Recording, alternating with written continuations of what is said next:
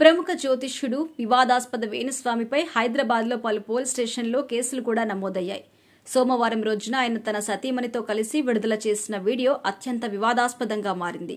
ఈ నేపథ్యంలో ఆయన చేసిన ఆరోపణపై ఖండన విధిస్తూ Telugu film journalist association TV Murthy కేసులు నమోదు చేశారు. ఇక ఈ వివరాల్లోకి వెళ్తే మహా న్యూస్లో ఉన్నప్పటి నుంచి తనను టార్గెట్ చేస్తూ 5 కోట్లు డిమాండ్ చేశారు అంటూ ప్రస్తుతం టీవీ5లో పనిచేస్తున్న మూర్తి అలాగే వైజే రాంబాబుపై అవినీతి ఆరోపణలు చేశారు.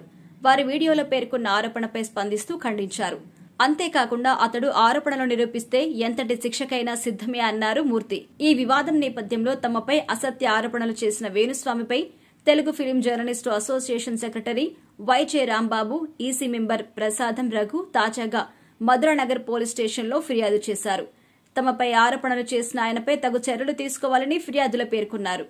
అలాగే తనపై వ్యక్తిగతంగా ఆరోపణలు చేసి వేణుస్వామిపై టీవీ5 మూర్తి జూబ్లీహిల్స్ పోలీస్ స్టేషన్లో ఫిర్యాదు చేశారు.